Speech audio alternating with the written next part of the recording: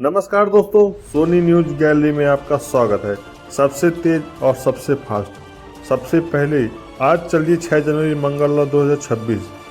आज मास के कृष्ण पक्ष की चतुर्थी तिथि है, जिसे संकट चौथ या तिलकुट चतुर्थी या लंबोदर संकटी चतुर्थी के नाम से जाना जाता है। इस दिन माताएं अपने संतान की लंबी आयु और सुख समृद्धि के लिए भगवान गणेश का व्रत रखती हैं। वो जो कि सुबह से उपवास रहती हैं और संतान और सुख समृद्धि के लिए होता है। आज सिखों के 10वें गुरु गोविंद सिंह जी का प्रकाश पर्व जयंती भी मनाया जा रहा है। ईसाई धर्म में आज एपिफेनी का त्योहार मनाया जाता है, जो प्रभु यीशु से प्रकट होने के उपलक्ष्य होता है।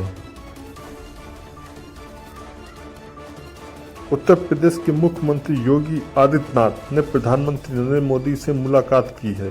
इसके साथ ही दिल्ली के विधानसभा का सत्र आज सुबह 11 बजे तक के लिए स्थगित कर दिया गया है।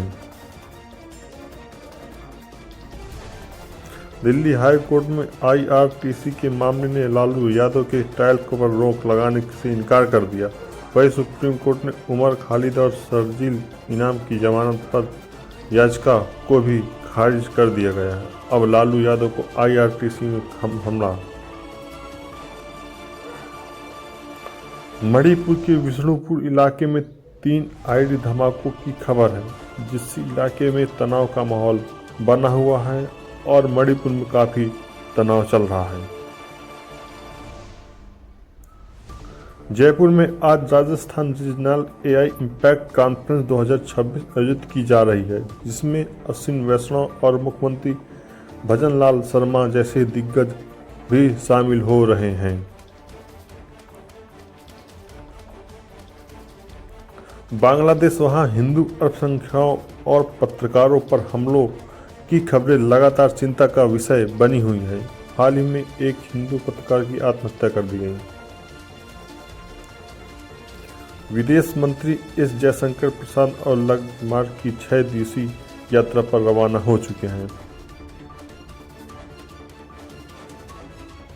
दिल्ली विधानसभा का शीतकालीन सत्र आज से शुरू होगा, जो 8 जनवरी तक चलेगा। प्रदूषण के मुद्दे पर हंगामा हुआ, जिसके कारण आतिश सहित कई आप विधायकों को सदन से बाहर किया जाएगा। उमर खालिद और शर्जील इमाम की जमानत याचिका खारिज। सुप्रीम कोर्ट ने 2020 दिल्ली दंगों के बड़े षड्यंत्र मामले में उमर खालिद और शर्जील इमाम की जमानत अर्जी खारिज कर दी।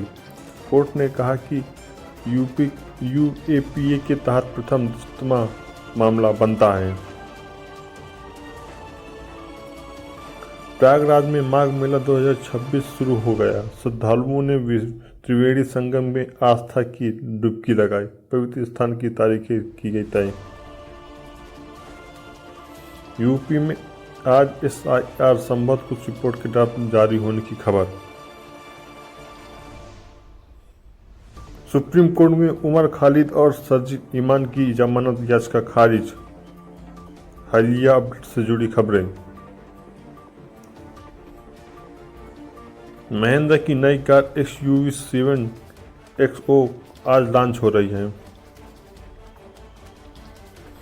आज से माघ मेला 2026 की शुरुआत हो गई। त्रिवेणी तट पर श्रद्धालुओं की में आस्था की डुबकी लगाई। यह मेला 44 दिनों तक चलेगा, जिसमें 12 से 15 करोड़ श्रद्धालुओं ने आने की उम्मीद है। नेपाल में कर्फ्यू। नेपाल में वीरगंज के तनाव के बीच सुबह 8 बजे तक लगाया जाएगा कर्फ्यू। बांग्लादेश की क्रिकेट विदेश। बांग्लादेश ने T20 वर्ल्ड कप खेलने से इनकार किया, सुरक्षा कारणों का हवाला देते हुए ICC से मैच दूसरी जगह कराने की मांग। यूपी पुलिस भर्ती। मुख्यमंत्री योगी आदित्यनाथ ने पुलिस भर्ती के सभी वर्गों के अभ्यर्थी को 3 साल की आयु में छूट देने का ऐलान किया। ये बहुत ही अच्छी बात है। अर्थव्यवस्था भारत जापान को पीछे छोड़कर दुनिया की चौथी सबसे बड़ी अर्थव्यवस्था बन गया है। भारत में डीजीपी 4.18 ट्रिलियन डॉलर तक पहुंच गई है। मंत्री राजनाथ सिंह ने गोवा के भारत से पहले विदेशी मंत्री कोस्ट गार्ड प्रदूषण नियंत्रण जहाज समुद्र प्रताप का सेवा को शामिल किया। असम में 5.1 तीव्रता के भूकंप के झटके महसूस किए गए, जिसमें 2 लोगों को घायल होने की खबर। चावल उत्पादन में भारत में नंबर 1। भारत अब चीन को पछाड़कर दुनिया का सबसे बड़ा चावल उत्पादक क्षेत्र बन गया। कृषि मंत्री शिवराज सिंह ने इसकी की घोषणा।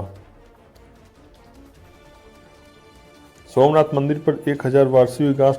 प्रधानमंत्री नरेंद्र मोदी ने सोमनाथ मंदिर के 1000 वर्ष के लचीलेपन और सांस्कृतिक गौरव को याद करते हुए एक विशेष लोक ओपीडी इंड साझा किया। इसलिए सोमनाथ मंदिर 1000 वर्ष की गांठ की प्रधानमंत्री नरेंद्र मोदी ने सोमनाथ मंदिर का लचीलेपन किया।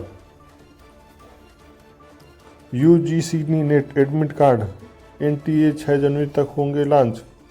परीक्षाओं के लिए एडमिट कार्ड जारी कर दिए।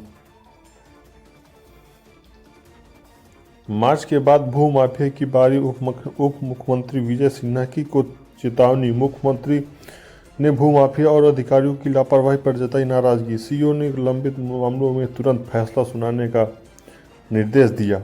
झूठे केस दर्ज कराने वालों कार्रवाई प्रधान प्रभारी को हटाने का आदेश। ब्रिक्स की अध्यक्षता भारत में आधिकारिक तौर पर 1 जनवरी 2026 से ब्रिक्स की अध्यक्षता संभाल ली है और इस साल 18वें ब्रिक्स सम्मेलन में मेजबानी करेगा भारत। इजरायल सेना से लेबनान के 4 गांवों पर हमला किया। हमले से पहले इजरायल ने चेतावनी जारी कर दी, लोगों को इलाकों खाली करने को कहा था। बांग्लादेश में हिस्सा बांग्लादेश के हिंदू समुदाय पर हमला जारी। ताज़ा खबर के अनुसार एक हिंदू पत्रकार के सिर में गोली मारकर हत्या कर दी गई, जिससे पिछले 3 हफ्तों में यह 5वीं ऐसी घटना है जो बांग्लादेश में चल रही है। अमेरिका उपराष्ट्रपति जेडी वेंस के घर पर हमले की कोशिश हुई, जिसके बाद एक संदिग्ध को हिरासत में ले लिया गया है। कोलंबिया राष्ट्रपति गुस्तावो पेट्रो ने ट्रंप की धमकियों को जवाब देते हुए कहा कि अगर जरूरत पड़ी तो वे फिर से हथियार उठाने को तैयार हैं। ब्रिटेन बच्चों के मोटापे को रोकने के लिए जंक फूड विज्ञापनों पर नया कड़ा नियम लागू किया गया है।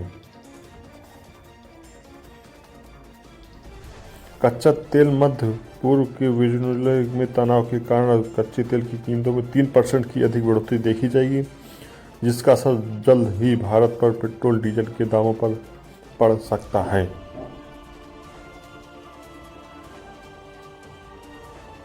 गोल्डन ग्लोब अवार्ड अमेरिका में आज रात गोल्डन ग्लोब अवार्ड का आयोजन होने जा रहा है। हॉलीवुड के बड़ी फिल्मों के साथ साथ इस बार कुछ भारतीय शॉर्ट फिल्मों भी नॉमिनेशन पर भी सबकी नजरें हैं। कनाडा भारी बर्फबारी के कारण टोरंटो एयरपोर्ट पर 200 से ज़्यादा उड़ानें रद्द की गई। सोना चांदी सराफा बाजार में होने वाले और चांदी की कीमतों में उछाल देखा जा रहा है। चांदी अपने ऐतिहासिक स्तर ऑल टाइम हाई से बेहद करीब है।